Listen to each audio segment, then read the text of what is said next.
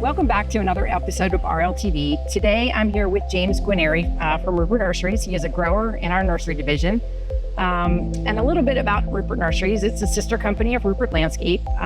We have about 80,000 trees and about over 100 varieties of trees, I think you said, about 30 people that work here in the nursery. And why we thought today would be a great time to sort of partner with our partner company, Ruppert Nurseries here, is because it's National Pollinator Week. So we wanted to talk a little bit about pollinators, and James was a great source for that. So thanks, and tell us a little bit about pollinators. Sure. Pollinators help us out in the industry. They're beneficial to everyone, not just us. Just about every flower needs to be pollinated by a pollinator, aside from a few different things. Okay.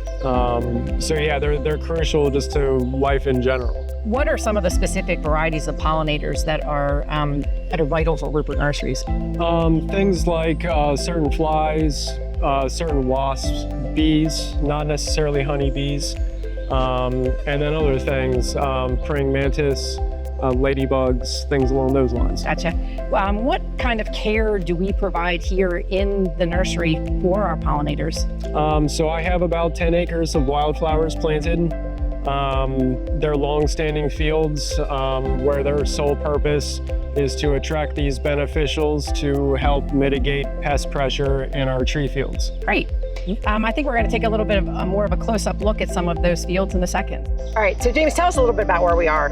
Yeah, so this is one of our naturalized areas. We don't plant anything here. We just mow it once a year, and we encourage a lot of the native pollinator species to move back in. And again, that's one of the things that, helps balance out our farm. Got you. And I see we have a couple hives that are back there as well. Tell us a little bit about that. Yeah, we rent out some of our land to a local beekeeper, and in turn his bees can feed off our trees and off our pollinator fields, and in turn he gets honey at the end of the day. Sounds like a good symbiotic relationship. That's right. Great, thanks.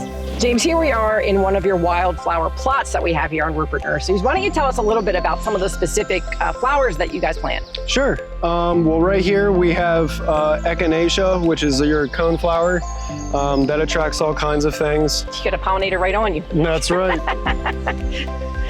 He might have thought you were a flower. That's right. But yeah, those are good for all kinds of things, not just bees and pollinators. It's good for birds as well. A lot of the white flowers you see behind us is yarrow. That's another good one for bees and wasps. And then in front of us we have coreopsis, and then the famous black-eyed Susan. Perfect. Now, what do you do for the care of these fields? I don't do anything. I let them run their course. A perfect crop. Yeah, it's a nice low maintenance crop. It's just I mow them once a year. Gotcha. Just to disperse the seeds. Got you. And then how many acres of wildflowers do you have here? About 10 acres. Wow, that's great. Fantastic. Well, thank you for all the information you provided today. No problem. And join us next time for our next episode of RLTV.